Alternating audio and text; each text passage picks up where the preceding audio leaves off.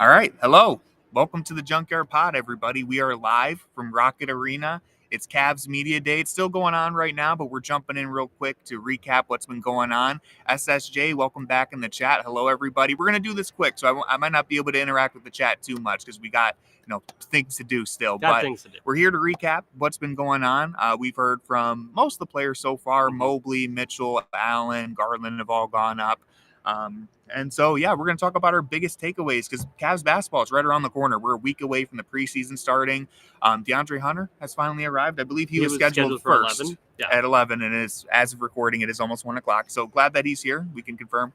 Did we disappear? No, we didn't. Okay. We're doing this live, so bear with us. First time doing it live from the arena. We plan on doing a live podcast after every game. Fingers crossed, knock on wood. That's going to be the plan this year. So this is the trial run. We're figuring it out. But so, Jackson, I'll just toss it right to you. We've been hearing, mostly the same stuff that you expect to hear in Media Day. But is there anything that has stood out to you so far? One thing that has stood out to me is a lot of players independently mentioned conditioning as something that they want to get better at. Something that like Donovan mentioned it, Craig mentioned it. I don't think Evan mentioned it, but Darius mentioned it. Darius mentioned like a big focus of his right now is cardio. So this is something that everybody really has talking about, and that's clear as to why that would be the case after what happened in May against the Pacers, where they just kind of ran out of gas.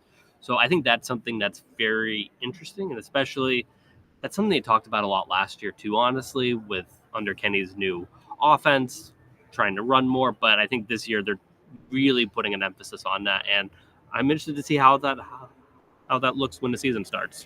Yeah, it's funny that you said that because that was also my biggest takeaway. As you said, multiple players independently. The first thing that they have said whenever you ask about like biggest lessons from last year, what went wrong in the playoffs, all this, they're mentioning the conditioning. Sam Merrill especially said like, hey, we weren't a bad team by any means, but we just kind of got into the playoffs against Indiana, a team that just runs up and down the court like crazy. And we realized, hey, if we're going to get to the next level, it's things like that are going to get us there, right? Because this team, when you look at the roster construction, they have everything you need to compete. It's going to come down to the margins. It's going to come down to conditioning, getting into your sets faster, running faster, even just coming off of screens, whatever it may be. That's clearly something that, last season, Indiana kind of did it to everybody. So I don't want to act like the Cavs were just out of shape. I think Indiana just surprised everybody by how hard they played, even all the way into the NBA Finals. But that was the big takeaway. Multiple players saying it. Sam Merrill even mentioned, it's not even just conditioning, but sometimes it's like, hey, we need a rebound on this possession. So I'm going to crash and go get the ball instead of, hanging around doing nothing. So Sam didn't say all that. I'm paraphrasing a little bit. But yeah, that was my biggest takeaway. The other big takeaway, one of the big quotes that I think at least surprised me is Darius Garland. Pretty, I don't even think he was asked this. I think he just said it on his own. He said, I'm the leader. I'm the head of the snake here. That was surprising. I didn't expect him to say that. Now, we're not doing the Waiter wars. Okay, this isn't Kyrie versus Deion Waiters. This isn't Darius versus Donovan. He didn't say that, this is his team. He just said that he's the leader of the group. And realistically, I mean, he kind of is in terms of being the floor general. He is the point guard. He is the one who has the most responsibility on him in terms of harmonizing everything and balancing this team. So what was your reaction when Darius said that? I think that's something that Kenny has been trying to instill in him.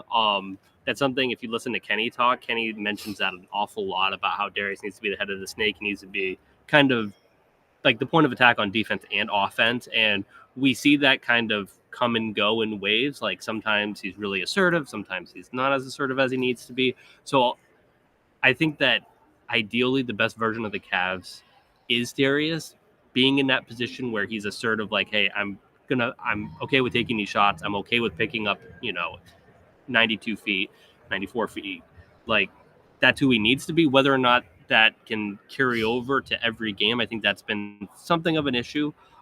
But I like that he's talking about it and bringing it up on his own, because that's something that, like last year, I think one of the big talking points was like, I need to take more shots. And we saw him have an uptick in that. And if you had any questions about whether Darius needs to be the head of the snake or not, I think that series against the Pacers kind of showed that, hey, Evan's in a better position when Darius is on the ball. Donovan's in the better position when Darius is on the ball. So I think this is something that he does need to take a step forward in.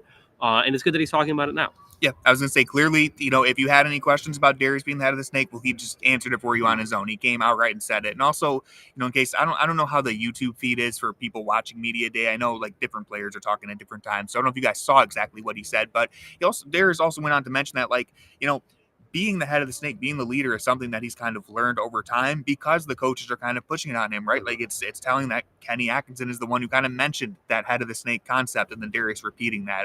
It's clear that with this core four, we talk about it all the time.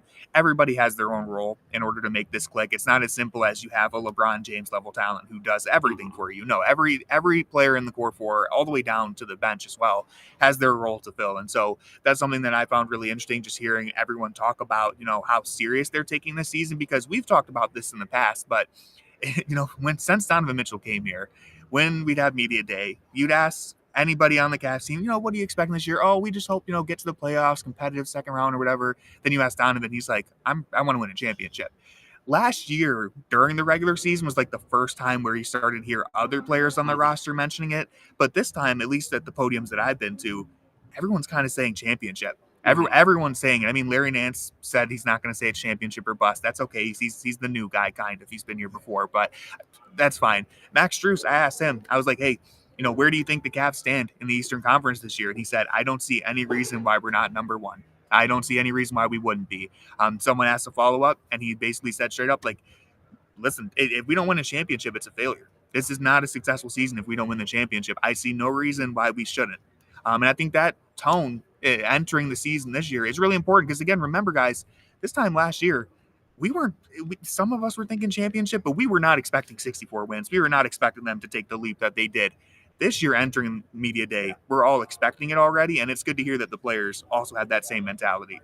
One thing that I think is also kind of worth pointing out is that Evan still believes that there's another leap to be had there. I think it's easy to think of Evan as he is kind of soft-spoken, he is definitely humble, I would say, but he does have an extreme confidence in himself, and you kind of see that sometimes. I remember last year during All-Star Game Media Day, they asked, who's going to be the best player in 5 to 6 years? He was like, me or Wemby, and that kind of took everybody back a little bit, but if you kind of pay attention to who Evan Mobley is, he has an extreme self-confidence in himself, and last year at Media Day, somebody asked him what his individual goals for the year were, and he said, All-Star Game, Defensive Player of the Year. He checked both of those off last year.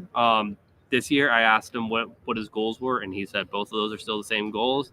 And also, he has a secret goal that he's not going to... A secret third mystery goal that he did not mention. But he did say, not to interrupt you, but he did say his main goal earlier is to win a championship. And then we asked specific individual goals, and he said, the 2 All-Star, hopefully he keeps Defensive Player of the Year, and then a third mystery one. I have no idea what it could be. I think it's MVP. So MVP, okay. I'm pretty sure he wants to be in the MVP conversation. You're sure it's not defending his skills challenge from 2021? Could be that.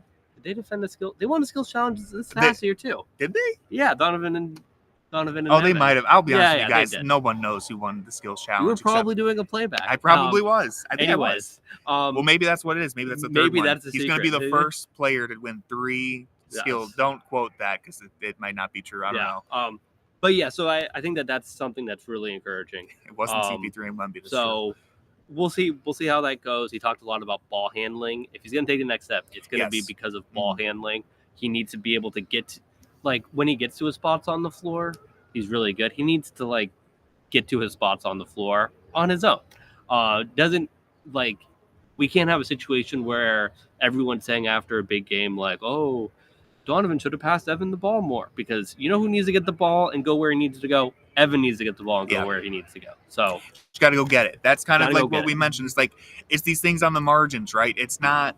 There's no big, mysterious question about this Cavs team. It's just little things that they need to polish up. It's little things that they need to fix. The conditioning, being more assertive, Darius being healthy and embracing his role. What did you think? I don't know if you caught this. Lonzo Ball did not know that Cleveland had water. He did not know that we had a great lake nearby. If you look outside, you see a lake. Yeah, so that's tough. He might not have looked outside. Even if you look outside when you're flying in. Yeah. If you look out the window, it's a giant lake. It's hard not to know. But I think to be fair, I'm going to try. Didn't his brother play here for like high school one year. One of his brothers. I'm one not of the, sure. One You of the might be Balls right did. on Yeah, that. I so do this want to is- say in his defense, that's- maybe I'm, defending him without good reason, but maybe he just meant he didn't realize that we had like beaches the way that we do. Like maybe he knew that there was a lake, but like Edgewater Park is a really nice park. I think people are surprised when they see Edgewater. They're like, "This is Cleveland. It looks like Miami." Not really, but maybe that's Not all look he like meant. Miami, But he did talk a lot about his defensive role, helping the team. He I did honestly not know about this. This is he egregious. missed this. Yeah. Well, they asked him what he likes about Cleveland. He said, I didn't know you guys had water. So he likes the food, all that. But he mentioned as far as his encore role So goes, he said that he didn't know that he knows now that they had water. now he knows. Yeah. But he they knew asked him what do you because think of somebody Cleveland, told him, or he and knew he says, because. "Well, no." He says, "I like Cleveland, and I keep telling everybody I didn't know you guys had water here." Oh, okay, So, that's better. I thought think, a No, media no. member told him that they no, had he water. didn't find out in real time. Gotcha. He had already learned that. Listen, well, I'll say when you fly in, and it's like night, and it's Maybe you don't and see it's it. like January. It just kind of looks like a frozen wasteland. So Clearly- we'll give Lonzo a pass. Clearly, he hasn't explored the city of Cleveland during his Before, time as a but, visitor, it's- but he is now, and it seems like he enjoys it. But anyways, just what he said in terms of his encore role, he kept it really simple, which I liked. He said, "I'm going to take care of the ball, not turn it over. I'm going to play defense, and I'm going to shoot when I'm open." And if he checks all three of those boxes, then that's a fantastic addition for the Cavs. Because something that I've mentioned a lot on this pod, you guys have heard me say it for years now, the Cavs just need some stability on their bench. Could you imagine a guy who just comes in, doesn't take crazy shots, doesn't turn the ball over, and plays defense? They haven't really had that in terms of the backup guards. Like, I love Ty Jerome. Wouldn't say that Ty Jerome was really, gun shy or playing a lot of defense, or he took decent care of the ball. Same thing with like Karis LeVert. Same thing with Ricky Rubio, right? Like those guys were gunslingers. They just came out playing like crazy. Lonzo Ball is just pretty straightforward, simple guy. I'm just going to play defense, play my role, and get others involved. So I really like to hear that. We gotta get out of here. But Yeah. last question here, Tony. This was your first media day experience. It was. Give us 30 seconds. What is 30 Tony seconds. taking away? Oh, man, I'm bad with the timer. Okay, initial takeaway. 1, you really got to get your question in, guys. These people are ruthless. You got to get your timing right? Because my concern is I'm okay with interrupting Jackson or someone else, but I don't want to cut off the player. So I'm like trying to time it. These people are quick, man. As soon as and I'm not used to it. I'm waiting. I'm like, is Evan Mobley going to say something else? Yeah. Oh, someone's already asking the question. So that's the one thing that I learned. The other thing, Luke Travers, cool guy. I was like, there was like 2 people there, so I got to say hello to Luke Travers and talk to him very briefly. So media day, it's very cool. It's a little disorganized, just a little bit, just because they tell you that a certain player is going to be at a certain podium at a certain time, and that is not the case. It's a complete free for all, but nonetheless, it's a pretty chill area. We got to see Tim Bontemps, which is always nice to see. Shout out to him, friend of the show. And yeah, it was a lot of fun. I'm glad to be here. We got to see Sam Merrill. Yes, Jackson had to slip in, when he asked Sam his questions. It's like, when you were in the G League, we were, and it's like, boys. Yeah, basically. So, you got to flex that Sam Merrill friendship bracelet. But any last takes? Is anything else? Luke Travers still is on the team. Yes, he is still here. Yeah. Any other takeaways? Nope. Let's start playing preseason games. Let's Yes. start this whole thing.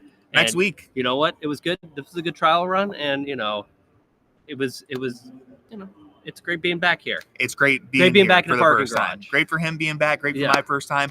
Chat and YouTube comments. Let us know, how was the audio? Okay, you don't have to do it right now, Don't but if let you us know. rewatch this, well, no, let us know, because we want to try and make sure that it's good when the actual games start. Right now, we're both sharing one mic. SSJ says it was awesome. Sound great. Hell yeah. Dr. Manhattan. It's good to see everybody in the chat. Real quick, I know we got to go. I'm just going to say hello to everyone in the chat. Brilliant Okay. Damage, Dr. Manhattan, We already said hello Samra, to Beats everybody. Out, SSJ, and we got some visitors in here. Thank you guys so much for tuning in. Thank you to everyone on YouTube for watching. Make sure you like, subscribe, follow, do all that good stuff.